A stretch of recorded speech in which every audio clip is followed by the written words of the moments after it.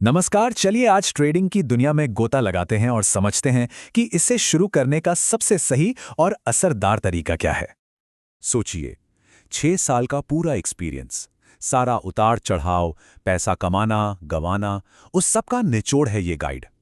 ये guide learning curve को लगभग आधा करने के लिए ही डिजाइन की गई है। तो ठीक है, ये रहा वो 5 स्टेप का रोड मैप। यही हमें जीरो नॉलेज से अपना पहला सोचा समझा ट्रेड करने तक ले जाएगा। तो शुरू करें। पहला और सबसे बड़ा सवाल ये नहीं है कि ट्रेड कैसे करें, नहीं, सवाल ये है कि ट्रेड कहाँ करें। क्योंकि देखिए, एक बिगिनर के लिए ना सारे फाइनेंशियल मार्केट एक जैसे नहीं होते। तो मोटे तौर पे देखें तो 3 बड़े बाजार हैं, स्टॉक मार्केट, क्रिप्टो और फॉरेक्स। और तजुर्बा यही कहता है कि नए ट्रेडर्स के लिए इनमें से एक बाजार बाकियों से कहीं बेहतर है। इसको ना एक रेस्टोरेंट की तरह समझिए। एक तरफ है गांव का रेस्टोरेंट, जहां ग्राहक कम हैं, खर्चे ज्यादा हैं, मतलब मुश्किलें ही मुश्किलें। और दूसरी तरफ एक बड़े शहर के रेस्टोरेंट, फॉरेक्स मार्केट। यहां दुनिया भर से ग्राहक आते हैं, 24 घंटे खुला रहता है, खरीदारों और बेचने वालों की कोई कमी नहीं है। तो जब बाजार चुन लिया, तो अब आगे क्या? अब बारी आती है सही औजारों की, यानी टूल्स जो उस बाजार में ट्रेड करने में मदद करेंगे। तो ये ब्रोकर होता क्या है? सीधी सी बात है, ये एक बिचौलिया है, एक ऐसी कंपनी जो आपके लिए खरीदार को विक्रेता से मिलाती है और इस काम के लिए एक छोटी सी फीस लेती है।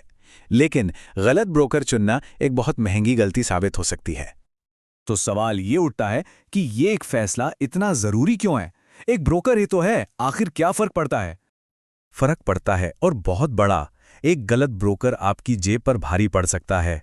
उनकी फीस इतनी ज्यादा हो सकती है कि आपका 50% का लॉस 60% बन जाए।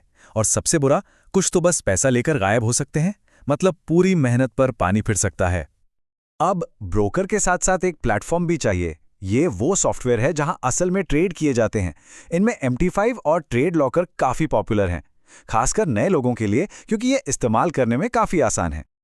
चलिए, बाजार चुन लिया, टूल्स भी आ गए। अब बात करते हैं सबसे जरूरी चीज की, ट्रेडिंग का इंजन, यानी आपकी अपनी स्ट्रैटेजी। देखिए, अगर रिस्क मैनेजमेंट के अलावा कोई एक कॉन्सेप्ट है जिस पर पूरा ध्यान देना है, तो वो है लिक्विडिटी। आसान भाषा में इसका मतलब है कि बाजार में कितने खरीदार और बेचने वाले मौजूद हैं। जितनी ज्यादा लिक्विडिटी, उतनी आसानी से ट्रेड होता है। तो हमें कुछ गिनी चुनी लेकिन बहुत पावरफुल चीजों पर फोकस करना है, जैसे liquidity, support resistance, trend lines. ये सब बताते हैं कि मार्केट का मूड क्या है, वो किस तरफ जा सकता है। और जितना जरूरी ये जानना है कि क्या सीखना है, उतना ही जरूरी ये भी जानना है कि क्या नजरअंदाज करना है। अक्सर लोग क्या गलती करते हैं? 100 किताबें पढ़ लेंगे, 100 अलग अलग चीजें सीखने की कोशिश करेंगे और आखिर में कंफ्यूज होकर बैठ जाएंगे। तो चलिए मान लेते हैं एक स्ट्रैटेजी बन गई। क्या अब मैदान में उतर जाएं? नहीं, बिल्कुल नहीं।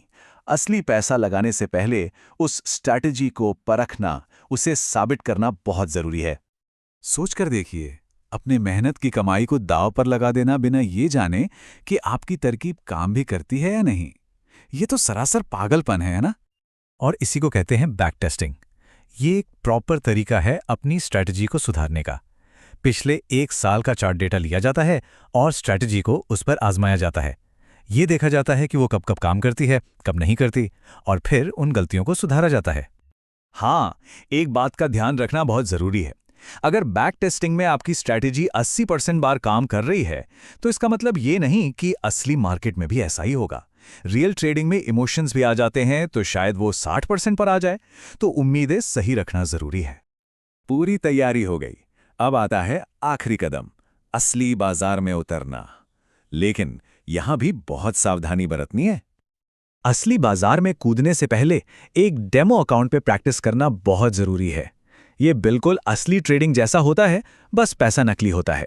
इससे प्लेटफॉर्म की आदत हो जाती है, बिना किसी रिस्क के। जब वहां हाथ साफ हो जाए, तब एक लाइव अकाउंट खोला जा सकता है। तो ये रहा पूरा रोड मैप, 5 कदम जो रास्ता दिखाएंगे। अब मुश्किल ये नहीं है कि क्या करें, असली चुनौती है इस रास्ते पर अनुशासन के साथ चलने की।